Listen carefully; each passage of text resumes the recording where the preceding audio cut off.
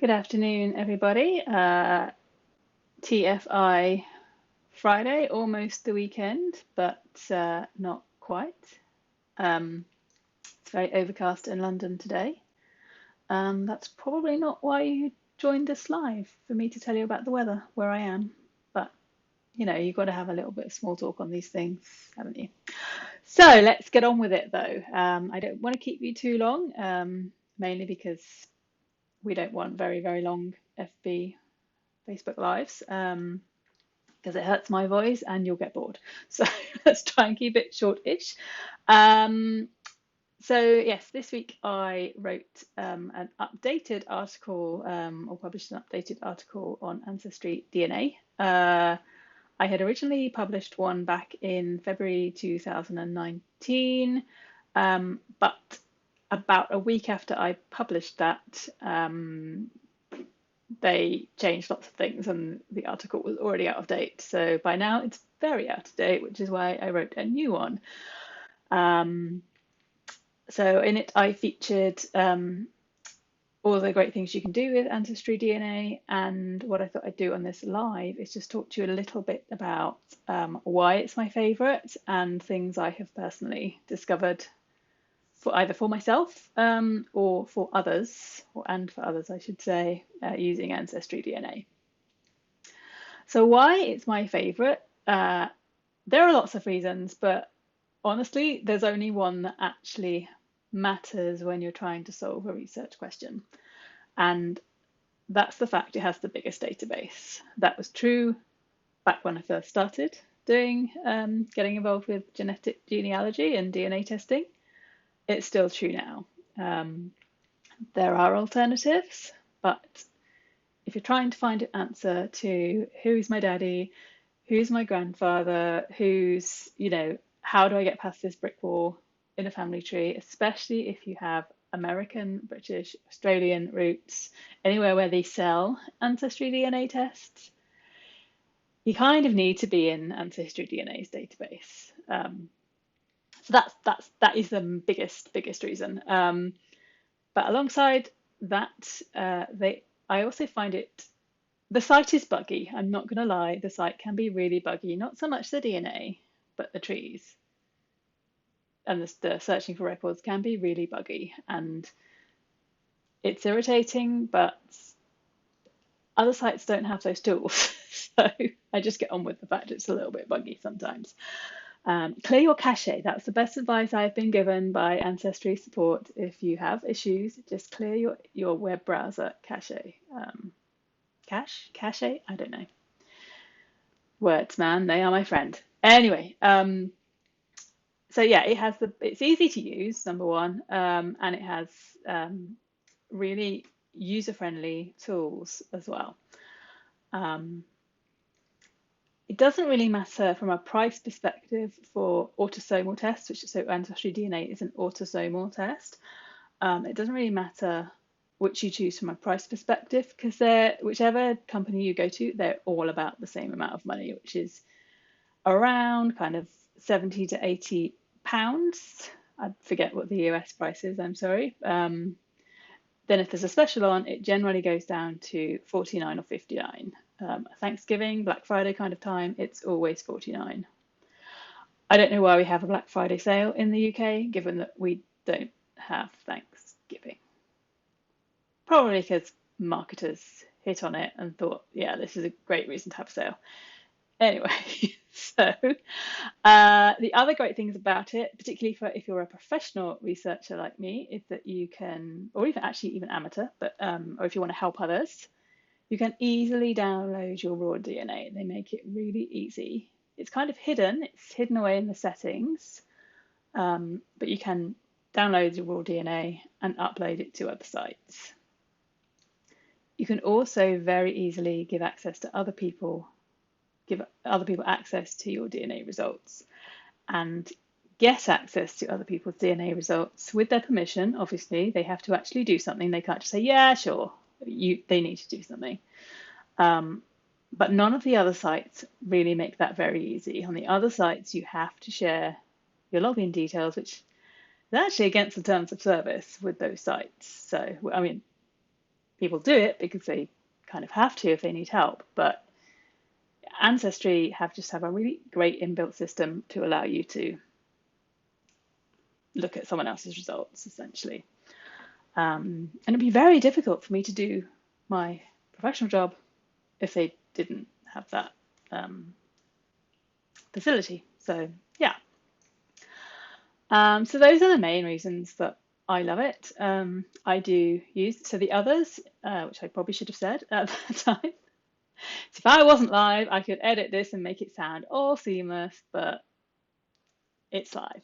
So your other options are MyHeritage, which I'd say that's my second favorite. It's around the same price. They have quite good tools as well. But you can download your AncestryDNA raw DNA and upload it to MyHeritage. And you have to pay an unlock fee to make use of all the tools. But you don't have to pay that unless you want to use those tools. So what I would recommend if you decide to upload your DNA to MyHeritage is just upload it first. See if you've got really good matches and you know you're going to want to look at those matches soon. If you do, pay the unlock. Or alternatively, you can, I actually only found out about this recently, so I'm not quite sure how it works. But I think you can pay, I had the option anyway to pay a subscription for a year for the tree subscription. I don't think I'll get any records with that. But that essentially gives me unlocks, automatic unlocks for any DNA kit that I upload. So if you think you're going to want to look at MyHeritage for a whole host of your family, maybe just see if you can do that subscription thing instead, because it will work out cheaper for you in the long run. So MyHeritage is probably my second favorite. Then you have 23andMe, Family Tree DNA, which is their family finder test, and Living DNA. Again, you can upload your ancestry results to Family Tree DNA and Living DNA. You cannot upload them to 23andMe. You would have to actually buy a 23andMe test. I tend not to really use Family Tree DNA, Living DNA, or 23andMe, if I'm honest. I don't personally have great matches at any one of those sites. Although, actually, fun fact, Living DNA, I wouldn't have known unless this person hadn't contacted me. But now I have my one good match at Living DNA very recently, and he is my dad's second cousin, if I remember correctly. I did know of his existence from my tree research, but I didn't know he tested DNA. So, yay, thanks, Living DNA.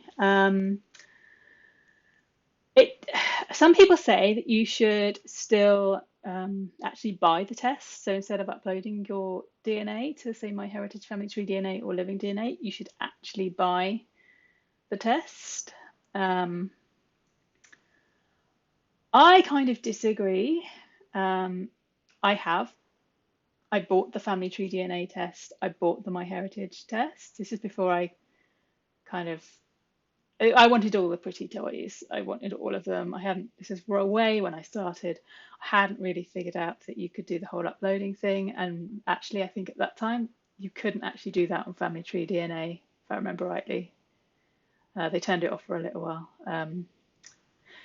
Anyway, so my point is, it seems to me that only makes a difference with your distant matches and kind of finessing your ethnicity results.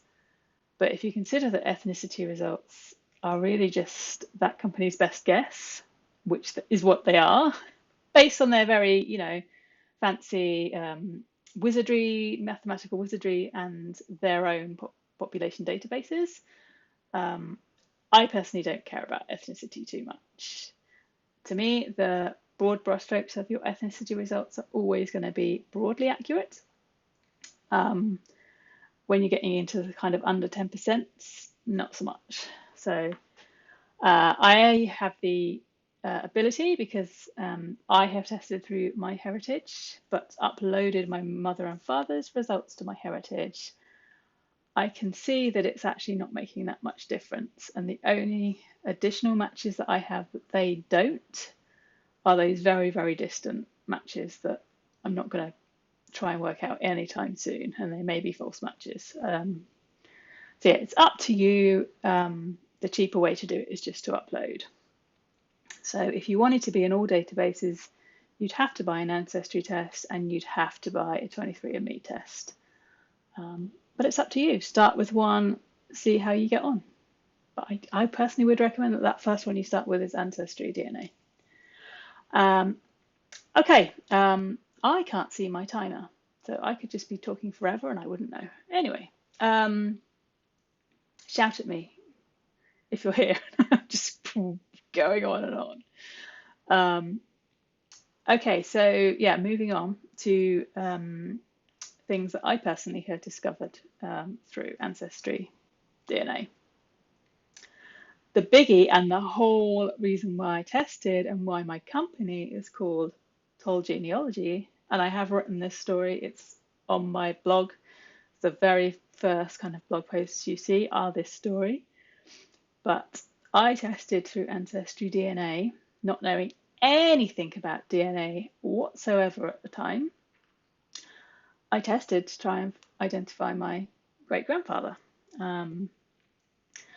I had no idea what I was doing until like the day I bought the test. I didn't even understand that females could actually DNA test to find male ancestors. I thought it was still the case that it had to be a son. I was proved wrong and had the money, so bought the test. And yeah, it took me, well, technically it took me 4 months to identify him through teaching myself genetic genealogy and kind of ruling out lines once I'd worked out which were, I identified two sets of 2 times great grandparents first, and then kind of tried to work out who the great grandparent could be. So I had that name about 4 months after I tested, but source records indicated it couldn't possibly be him because the troops that he was serving with in World War I supposedly had never been to Britain at all. And whilst you can't argue with DNA, you also definitely can't argue with the big ocean being in the way of one person and the other person who, intrinsic to the production of my grandfather. But it turned out that record was wrong, and it wasn't wrong, but I don't know, my great grandfather was actually with an entirely different troop, so I don't know if he transferred or whether it was just incorrect information in one military record. I don't know. I never have found out. But anyway, so it took new records coming out to prove where he was, and my dad's half, so my half first cousin once removed. Hi, if you're watching. Yeah, took her DNA testing in, I think she tested in December or January, so about a year after I'd tested. And it took her testing for me to be categorically certain that Mr. Toll was my great grandfather and obviously the father of my grandfather. So that was a big, big discovery that I made. And that was literally only with AncestryDNA matches. To this day, if I was solving that mystery now, I couldn't solve it with any of the other databases. I simply don't have good enough matches. I think my highest match on that side of Family Tree DNA is something like 40 centimorgans. Living DNA, there's nothing. MyHeritage, there is now because I put my cousin in there. And actually my cousin, or not, another cousin's daughter, the other cousin is now in 23andMe. So I guess I could have solved it with 23andMe now if I lied to you. But yeah, it like I have so many because it's an American line. I have so many matches at Ancestry on this side. And as time's gone on, like if I was solving that mystery now through Ancestry DNA, it would take me 5 minutes because, well, for a start, my granddad's half sister is now in any Ancestry DNA, so it would be easy. I would know instantly. Um, Back then, when I was starting the search, my closest relative on that side was about 200 centimorgan, so not terrible, but not a half sister or half, I guess, half aunt to my dad.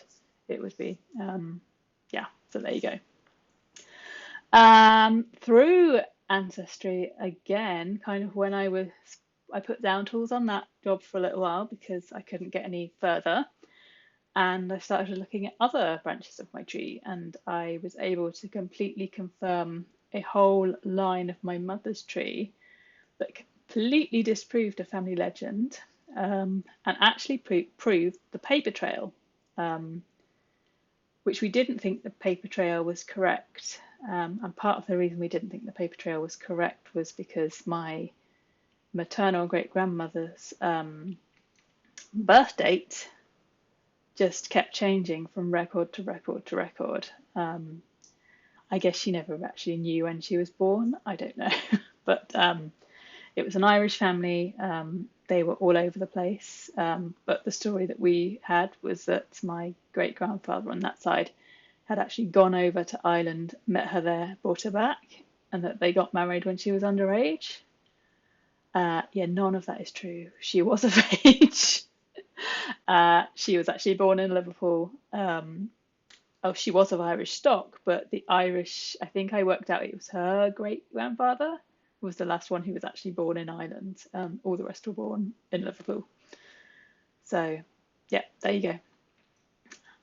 It's a shame, really, because the family legend sounded great, but yeah, completely false. So there you go. Um, I've also made contact with, or rather, they made contact with me, if I'm being honest, my mum's first cousin. And again, I knew of this guy's existence, but I didn't know any of the story. And my mum didn't know any of the story, but he had literally no knowledge of that side of his family at all.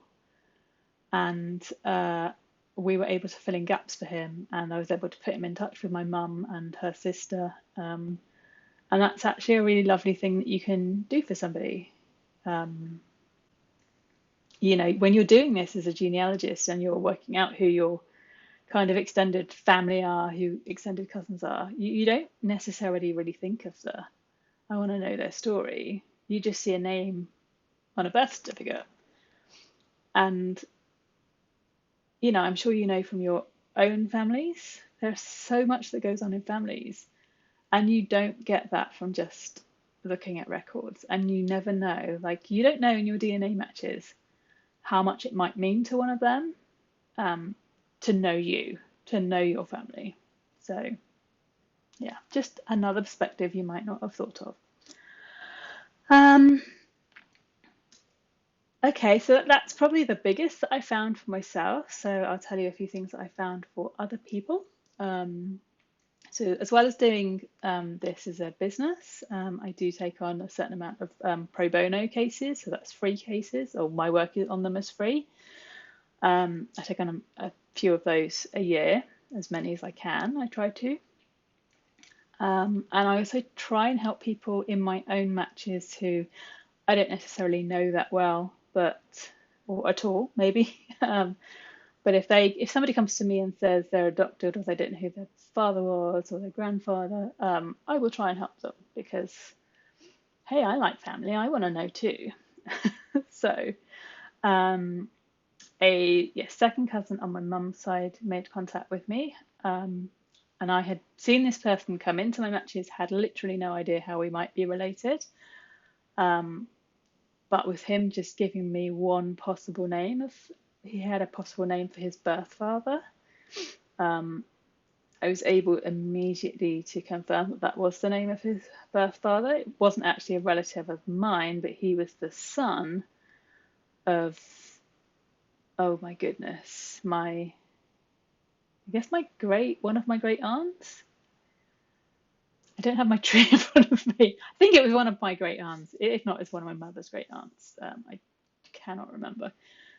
It was some time ago, but yeah, although I couldn't, he wanted to find, as in literally find his birth father. I couldn't do that. He seemed to disappear off records after marrying my relative, and I actually couldn't find either of them.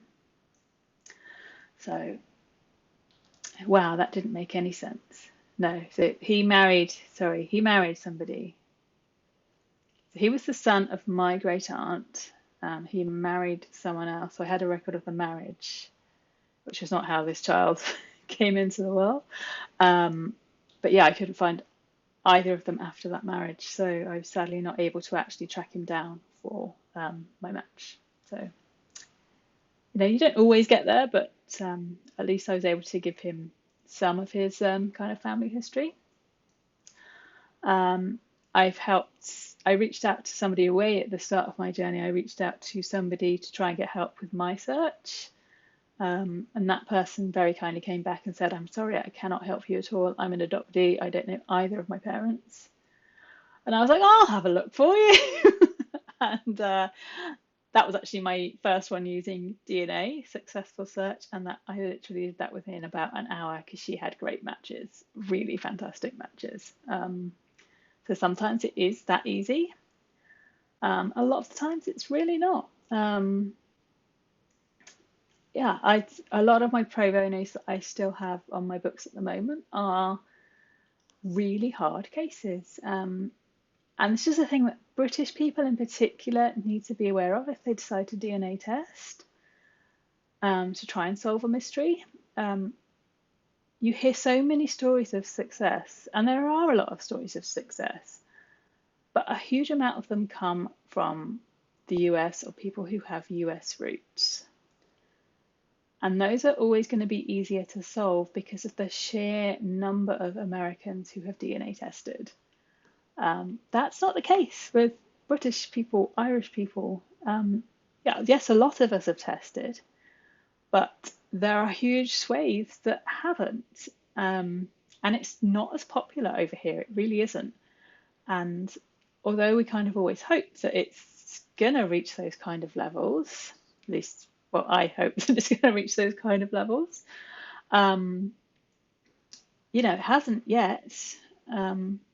When I take on pro bono cases now, or when I take on professional cases, well, in fact, I won't take on professional cases until I've looked at your DNA, because I'm not going to promise you that I can find you answers until I know if I can find you answers. So it's as simple as that.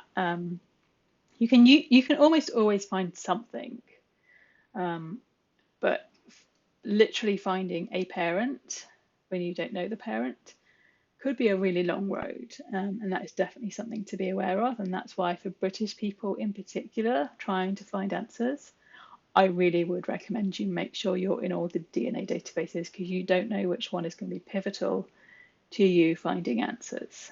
So just bear that in mind. Yeah, that's kind of all I wanted to say, really. If you haven't DNA tested, as I said, I recommend Ancestry. Yes, I'm an affiliate, but there's no affiliate links anywhere on this post. You can just go to Ancestry, buy your kit. I don't get anything. But yeah, I'm not sponsored by them in any way, shape, or form. I'm an affiliate for every single DNA company. So just because I'm their affiliate, that's not why I'm telling you I think they're the best. I'm telling you I think they're the best because I think they're the best. That's how most people find their answers.